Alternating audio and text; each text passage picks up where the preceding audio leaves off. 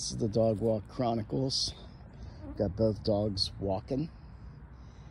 And I'm going to talk about today's reading, the gospel in today's Mass. Every Catholic church would be reading this gospel. Matthew 10, verses 1 to 7. Jesus gives the power to the disciples to cure every illness and cast out demons. Later, he'll give the power to forgive sin. And Jesus can do that because he's God, and he can give that power to whom he chooses.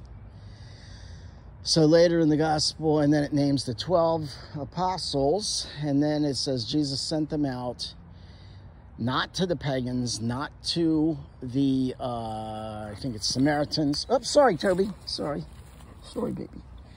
But to the lost sheep or the lost house of Israel.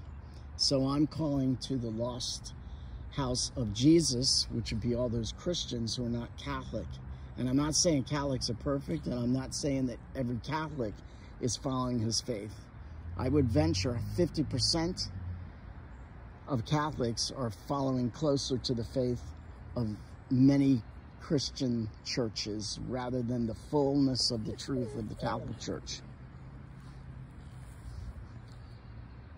If you look at the teachings that the church teaches, not what they do necessarily, some of them, but what they teach.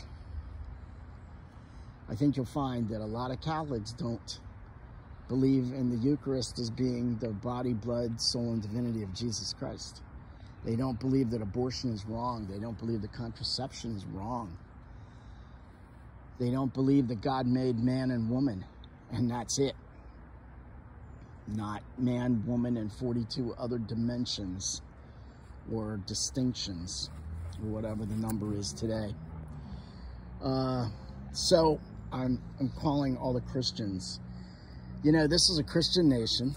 Let's face it. It was started by Christians, not Catholics per se, but Catholics were there, but Christians dominated.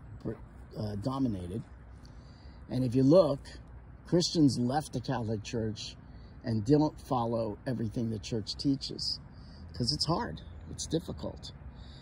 And now, how many Christians believe that abortion is okay? How many Christians, what about divorce? Jesus was against divorce.